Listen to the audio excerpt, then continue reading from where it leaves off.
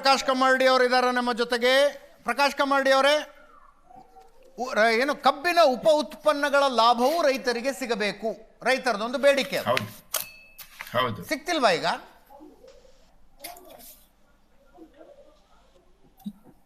ಯಾವ್ದ್ರಲ್ಲಿ ಸಿಗ್ತಾ ಇದೆ ಇವಾಗ?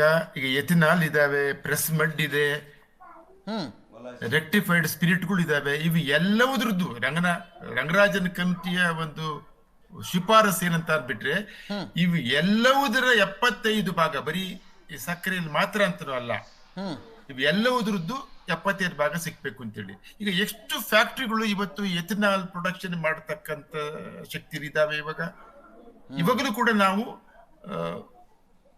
ಕಬ್ಬು ಅಂದ ತಕ್ಷಣ ಸಕ್ಕರೆಗೆ ಮಾತ್ರ ಲಿಮಿಟ್ ಆಗಿದ್ವಿ. ಕೇಂದ್ರ ಸರ್ಕಾರದ ಒಂದು ಎಥಿನಾಲ್ ಪಾಲಿಸಿಗಳು, ಎಥಿನಾಲ್ ಮಿಕ್ಸ್ ಪಾಲಿಸಿನ ಗಟ್ಟಿಮುಟ್ಟಾಗಿ ಮಾಡಿದ್ದೇ ಆದಲ್ಲಿ ಬಹುಶಃ ಎಥಿನಾಲ್ಗೆ ಒಂದು ಕಡೆ ಬೇಡಿಕೆ ಇತ್ತು. ಎಥಿನಾಲ್ ಬೇಡಿಕೆ ಮತ್ತು ಸಕ್ಕರೆಯ ಒಂದು ಬೇಡಿಕೆ ಮತ್ತು ಇನ್ನು ಕೆಲವು ಉಪ ಉತ್ಪನ್ನ ಪ್ರೆಸ್ ಮಡ್ಡುಗಳು, ರೆಕ್ಟಿಫೈಡ್ ಸ್ಪಿರಿಟ್ ಎಲ್ಲವುದನ್ನು ಬಿಟ್ಟು ಸೇರಿಬಿಟ್ಟು ಸಕ್ಕರೆ ಕಾರ್ಖಾನೆಗಳಿಗೆ, ಯಾಕೆಂದಾಗ ಸೊಲ್ಯೂಷನ್ ಬಹಳ ಹತ್ತಿರವಾಗಿದ್ದಾವೆ. ಯಾಕೆಂದ್ರೆ ಬೇರೆ ಎಲ್ಲ ಕೃಷಿ ಉತ್ಪನ್ನಗಳಿಗಿಂತಲೂ ಉಪ ಉತ್ಪನ್ನಗಳು ಖಂಡಿತ ಕಾಡ್ತದೆ. ಯಾಕಂದ್ರೆ ಈಗ ಬೇರೆ ಒಂದು ಈಗ ಟೊಮೊಟೊ ಬೆಳೆ ಸುರಿಬೇಕು ಅಂತ ಆದಾಗ ನಮಗೆ ಅದನ್ನ ನೀವು ಪ್ರೋಸೆಸ್ ಮಾಡ್ಬೇಕು ಅಂತ ಯಾರು ಮಾಡ್ಬೇಕು ಅಂತಾರೆ? ಇಲ್ಲಿ ಫ್ಯಾಕ್ಟ್ರಿಗಳು ಇದಾವೆ. ಈಗ ನಮ್ಮ ರೈತ ಮುಖಂಡರು ಹೇಳಿದಾಗ ಫ್ಯಾಕ್ಟ್ರಿಗಳನ್ನ ಪಡೆಯುವಂಥದ್ದು ಅದನ್ನ ತಪ್ಪು ಅಂತ ಹೇಳ್ತಾ ಇಲ್ಲ. ಬರಲಿ, ಹೆಚ್ಚಿನ ಫ್ಯಾಕ್ಟ್ರಿಗಳು ನಿಜವಾದಂತ ಬೇಡಿಕೆಗಳು, ನಿಜವಾದಂತ ಪೂರೈಕೆ ಇದ್ದಿದ್ದೆ ಆದಲ್ಲಿ ಮೌಲ್ಯವರ್ಧನೆ ಮಾಡುವಂತಾದ್ರೆ ಬರಲಿ. ಹಾಗಿರ್ಬೇಕು ಅಂತ ಆದಾಗ ಈ ಡೈವರ್ಸಿಫಿಕೇಶನ್ ಆಫ್ ದಿ ಶುಗರ್ ಪ್ರಾಡಕ್ಟ್ಗಳು ಇನ್ನೂ ಯಾಕೆ ಆಗಿಲ್ಲ? ಸಂಗಮೇಶ್ ಅವರ ಪ್ರಶ್ನೆ ಲಾಜಿಕಲ್ ಇರ್ಲಿಲ್ವಾ ಸರ್? ಫ್ಯಾಕ್ಟ್ರಿಗಳ ಕಷ್ಟದಲ್ಲಿದ್ದಾವೆ, ಅವ್ರಿಗೂ ಲಾಭ ಮಾಡ್ಕೊಳಕ್ ಆಗ್ತಿಲ್ಲ, ಲಾಸ್ ನಲ್ಲಿ ಇದಾವೆ ಎಲ್ಲ ಹೇಳಿದ್ರೆ, ವಿಜಯಪುರ ಜಿಲ್ಲೆಯಲ್ಲಿ 24 ಹೊಸ ಅಪ್ಲಿಕೇಶನ್ ಅಂತ ಫ್ಯಾಕ್ಟ್ರಿಗಳಿಗೆ ನಾನು ಕನಿಕರ ತೋರಿಸೋದಿಲ್ಲ. ಯಾಕೆಂದಾಗ ಒಂದು ಉದ್ಯಮಲ್ಲಿ ಇದ್ದಂಥವ್ರು ಮಾಡರ್ನೈಸೇಷನ್ ಮಾಡಬೇಕು. ಎಷ್ಟು ಮಟ್ಟಿಗೆ ಒಂದು ಕೆಪಾಸಿಟಿ ನಡೀತಾ ಇದ್ದಾವೆ, ಎಷ್ಟು ಸತಿ ಮಾಡರ್ನ್ ಆಗೋಗಿರ್ತವೆ, ಆ ಒಂದು ಇದು ಬರೀ ರಾಜಕೀಯ ಮಾಡಕ್ಕೆ ಅಂತ ಆಗೋದಿಲ್ಲ. ಯಾಕೆಂದ್ರೆ ಒಂದು ಸ್ಪರ್ಧಾತ್ಮಕ ಬೆಳೆಸ್ಕೊಳ್ಬೇಕಾಗಿದೆ. ಹಾಗಾಗಿ ನಾನು ಫ್ಯಾಕ್ಟ್ರಿಗಳಿಗೆ ಯಾವುದೇ ರೀತಿಯ ಕನಿಕರ ತೋರಿಸ್ತಾ ಇಲ್ಲ. ಎಲ್ಲೇ ರಾಜ್ಯ ಸರ್ಕಾರ, ಯಾಕಂದ್ರೆ ಕೇಂದ್ರ ಸರ್ಕಾರದ ಪ್ರಾಥಮಿಕ, ಯಾಕಂದ್ರೆ ಬೆಲೆ ನೀತಿ ಅನ್ನೋದಿರತಕ್ಕಂಥದ್ದು ಕೇಂದ್ರ ಸರ್ಕಾರದಲ್ಲಿ. ಇವತ್ತಿನ ಒಂದು FRP ಸರಿಯಾಗಿಲ್ಲ ಕರ್ನಾಟಕದ. ಯಾಕಂದ್ರೆ ನಮ್ಮಲ್ಲಿ ಸ್ವಲ್ಪ ಕಾಸ್ಟ್ ಆಫ್ ಪ್ರೊಡಕ್ಷನ್ ಜಾಸ್ತಿ ಇದಾವೆ. ಮಹಾರಾಷ್ಟ್ರದ ಒಂದು ರೈತರಿಗೆ ಕಂಪೇರ್ ಮಾಡಿದ್ರೆ ಅಥವಾ ಉತ್ತರ ಪ್ರದೇಶದ ರೈತರಿಗೆ ಕಂಪೇರ್ ಮಾಡಿದ್ರೆ ನಮ್ದು ಹೈ ಕಾಸ್ಟ್ ಪ್ರೊಡಕ್ಷನ್ಸ್ಗಳು, ನಮ್ಮಲ್ಲಿ ಉತ್ಪಾದಕತೆಗಳನ್ನು ಜಾಸ್ತಿ ಮಾಡ್ಬೇಕಾಗತ್ತೆ. ಅವೆಲ್ಲವರ ದೃಷ್ಟಿಯಿಂದ ಹೇಳ್ತೀನಲ್ಲ, ಈ ಒಂದು ಬೆಲೆ ನೀತಿಯನ್ನು ಕೇಂದ್ರ ಸರ್ಕಾರ ಮಾಡಬೇಕು ಅಂತ ಆದಾಗ varied cost structure of the ಒಳ್ಳೆ ಕೇಳಿದ್ರು. ಏನಂದ್ರೆ ಕಾಸ್ಟ್ ಆಫ್ ಪ್ರೊಡಕ್ಷನ್ ಕರ್ನಾಟಕದಲ್ಲಿ ಯಾಕೆ ಜಾಸ್ತಿ ಇದೆ ಅಂತ ಅಂದ್ಬಿಟ್ಟು ದಯವಿಟ್ಟು ಸಹ ಹೇಳ್ಬೇಕು. ಯಾಕೆಂದ್ರೆ ಅವ್ರಿಗೆ ಗೊತ್ತಿದೆ ರಾಜ್ಯ ಸರ್ಕಾರದ ನೀತಿ ಖರ್ಚು ಜಾಸ್ತಿ ಆಗುತ್ತೆ, ಮಹಾರಾಷ್ಟ್ರದ ರೈತರ ಖರ್ಚು ಕಡಿಮೆ ಬೆಳೀತಾರೆ. ಇಲ್ಲ, ಯಾಕೆಂದಾಗ ಈಗ ಇನ್ಹರೆಂಟ್ ಆಗಿ ಇದನ್ನ ನಾವು ರಾಜಕೀಯವಾಗಿ ಹೇಳಲಿಕ್ಕೆ ಅಂತ ಆಗೋದಿಲ್ಲ. ಇವಾಗ ನಮ್ಮಲ್ಲಿ ಅತಿ ಹೆಚ್ಚು ನೀರಾವರಿ ಇದ್ರೂ ಕೂಡ ಅಲ್ಲಿ ಒಂದು ಅಗ್ರೋ ಕ್ಲೈಮೆಟಿಕ್ ಕಂಡೀಷನ್ಸ್ಗಳು ಇರ್ಬೋದು. ಆದ್ರೆ ನಿಜವಾದ ಈಗ ನಂಬರ್ 1 ಕಾಸ್ಟ್ ಆಫ್ ಪ್ರೊಡಕ್ಷನ್ ಬರ್ತಕ್ಕಂಥದ್ದು ಲೇಬರ್ ಕಾಸ್ಟ್.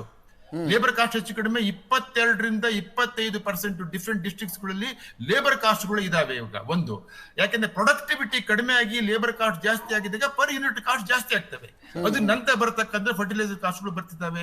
ಹಾಗಿರೋದ್ರಿಂದ ರಾಜ್ಯ ಸರ್ಕಾರದ ಒಂದು ಎಲೆಕ್ಟ್ರಿಸಿಟಿ ನೀತಿಯಿಂದ ಅದು ಮಾತ್ರ ಕಾಸ್ಟ್ ಆಫ್ ಪ್ರೊಡಕ್ಷನ್ ಜಾಸ್ತಿ ಆಗುತ್ತೆ ಅಂತ ಹೇಳ್ತಾ ಇಲ್ಲ. ನಮ್ಮಲ್ಲಿ ಹೇಳ್ತೇವೆ ಪ್ರೊಡಕ್ಟಿವಿಟಿ ಜಾಸ್ತಿ ಮಾಡ್ಬೇಕಾಗಿದೆ. ನಾವು ನೆರೆಯ ರಾಜ್ಯಗಳಿಗೆ ಹೋಲಿಸಿದ್ದೆ, ನಾನು ಕೃಷಿ ವಿಜ್ಞಾನಿಯಾಗಿ ಹೇಳ್ತಿದ್ವಿ, ಬಹಳಷ್ಟು ಕೃಷಿ ಉತ್ಪನ್ನಗಳ ಉತ್ಪಾದಕತೆಯಲ್ಲಿ ಹಿಂದೆ ಬಿದ್ದಿದ್ವಿ. ನೀರಾವರಿಯಲ್ಲಿ ನಾವು ರಾಷ್ಟ್ರ ಮಟ್ಟದಲ್ಲಿ 50% ಇದ್ರೆ ನಮ್ಮಲ್ಲಿ ನೀರಾವರಿ ಅಭಿವೃದ್ಧಿ ಇನ್ನೂ ಕೂಡ 30 ದಾಟಿಲ್ಲ. ಇದನ್ನು ಬಿಜೆಪಿ ಕಾಂಗ್ರೆಸ್ ಅಂತ ಹೇಳ್ತಲ್ಲ, ಇಲ್ಲಿವರೆಗೆ ಬಂದ ನಮ್ಮಲ್ಲಿ 5-6 ಪ್ರಮುಖವಾದಂತ ನದಿ ಮೂಲಗಳಿದ್ದಾವೆ. ನಮ್ಮ ನೆರೆಯ ತಮಿಳುನಾಡು ಎಫೆಕ್ಟಿವ್ ಆಗಿ ಬಳಸಿಕೊಳ್ತಾ ಇಲ್ಲ ಅಂತ. ಎಫೆಕ್ಟಿವ್ ಆಗಿ ಬಳಸ್ಕೊಳ್ತಾ ಇಲ್ಲ. ಸತ್ಯಪ್ಪ ಅವರೇ, ಏನೋ ಒಂದು ಒಪ್ಪಂದಕ್ಕೆ ಬರಬೇಕು. ದಿನ ಕಳೆದಷ್ಟು, ದಿನ ಲೇಟ್ ಆದಷ್ಟು ಕಬ್ಬಿನ ತೂಕ ಕಡಿಮೆ ಆಗುತ್ತೆ, ಅದರದ್ದು ಪ್ರೊಡಕ್ಟಿವಿಟಿ ಕಡಿಮೆ ಆಗುತ್ತೆ, ಮತ್ತು ತೋಟ ತಗೊಳ್ಳೋದು ರೈತರಿಗೆ. ಸರ್ ಇವತ್ತು ನಾವು 5ನೇ ದಿನ ಮುಗಿಸ್ಕೊಂಡಿವಿ ಹೋರಾಟ. ಯಾ ಕಾಂಗ್ರೆಸ್ ಅವರು ನಮ್ಮ ಕೂಡ ಮಾತುಕತೆಗೆ ಬಂದಿಲ್ಲ, ಫ್ಯಾಕ್ಟ್ರಿ ಮಾಲಕರು ಬಂದಿಲ್ಲ. ನೆವಕ್ಕಾಗಿ ಒಬ್ಬರು DC ಅವ್ರನ್ನ ಕಳಿಸ್ಯಾರ ಸರ್, ಒಬ್ಬರು DC ಅವ್ರನ್ನು. ಯಾಕಂದ್ರೆ ರೈತರ ತಾಳ್ಮೆ ಪರೀಕ್ಷೆ ಮಾಡಬಾರ್ದು. ಸರ್ಕಾರಕ್ಕೂ, ಕೇಂದ್ರ ಸರ್ಕಾರ ಇರ್ಬೋದು, ರಾಜ್ಯ ಸರ್ಕಾರ ಇರ್ಬೋದು, ನಾವು ಯಾವುದು ಸರಿ ಯಾವುದು ಚಲೋ ಅಂತ ಹೇಳಕ್ಕಿಲ್ಲ. 2-3 ಸರ್ಕಾರ, ಯಾವ ಸರ್ಕಾರ ಇದ್ರು ಅಷ್ಟೇ, JDS ಇರ್ಬೋದು, BJP ಇರ್ಬೋದು, ಕಾಂಗ್ರೆಸ್ ಇರ್ಬೋದು, ಎಲ್ಲ ಅಷ್ಟೇ. ರೈತರು ಕೂಡ ಚಲ್ಲಾಟ ಆಡಬೇಡ್ರಿ ದಯವಿಟ್ಟು. ಈ ರೈತ ಕಬ್ಬು ಬೆಳೆಸ್ಕೊಂಡಿರ್ತಾನು, ರೈತರು ಇದಕ್ಕೆ ಬರ್ರಿ sir. Nagaraj sir, first Shivananda Patil ಅಲ್ಲಿ ಕಳಿಸಿ. Thank you so much Murugha. ಇದರೊಂದಿಗೆ ಇವತ್ತಿನ ಲೆಫ್ಟ್ ರೈಟ್ ಅಂಡ್ ಸೆಂಟರ್ ಮುಗಿಸ್ತಾ ಇದ್ದೀನಿ. ನೇರಾದಿಟ್ಟ ನಿರಂತರ ಸುದ್ದಿಗಾಗಿ ನೋಡ್ತಾ ಇರಿ ಏಷ್ಯಾನೆಟ್ ಸುವರ್ಣ ನ್ಯೂಸ್.